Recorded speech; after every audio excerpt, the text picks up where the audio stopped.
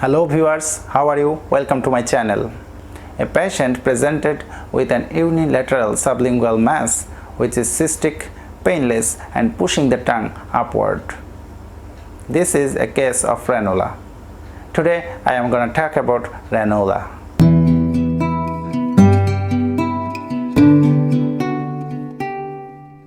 So what is ranula?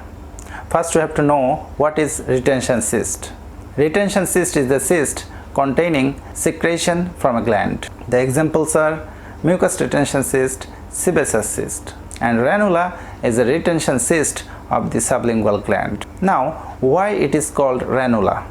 The term ranula comes from the Latin word rana, which means a small frog. This cystic mass looks like a frog's belly, and when it is present, the patient may have a croaking speech like frog.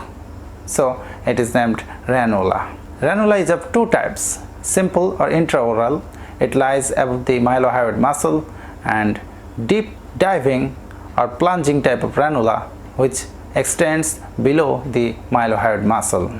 Unlike simple ranula, the plunging ranula does not have an epithelial lining, and thus it is a pseudocyst. What are the etiologies behind the development of ranula? It can develop after trauma to the sublingual gland, trauma to the duct of the sublingual gland, obstruction of the duct of the sublingual gland. In some cases, it can be congenitally present.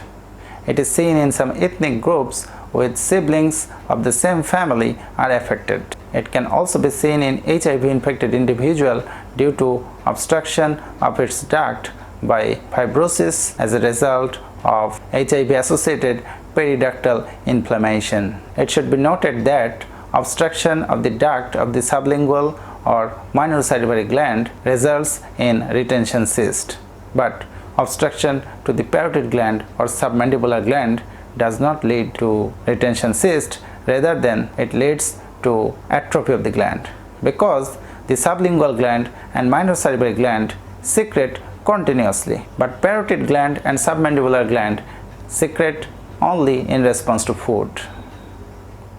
Now come to the clinical features. It presents as a mass at the floor of the mouth. Most commonly, it is unilateral on one side of the frenulum.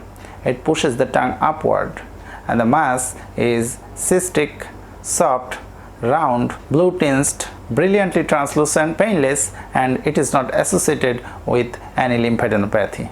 There is a slight female preponderance. Respiratory obstruction due to simple or plunging ranula is very rare, and the cyst may rupture spontaneously. The plunging type of ranula may present as a submandibular or cervical swelling. The sublingual glands are located below the tongue at the floor of the mouth. The ducts of the sublingual glands, which are called ducts of Raihan, open through papilla on both sides of the frenulum of the tongue.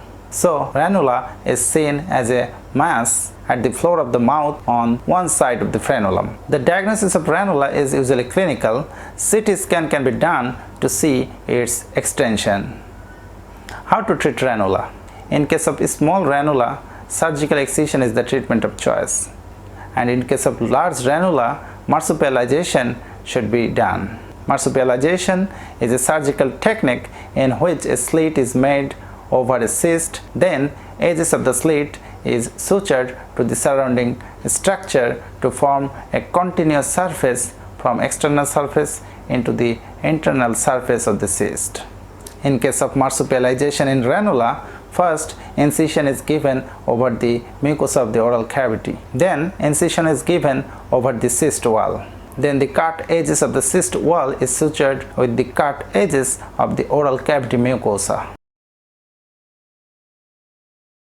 In the end, what may be the differential diagnosis of ranula? Sublingual dermoid can be a differential diagnosis, but dermoid is opaque and midline swelling. That's all from ranula. I hope you have enjoyed today's session.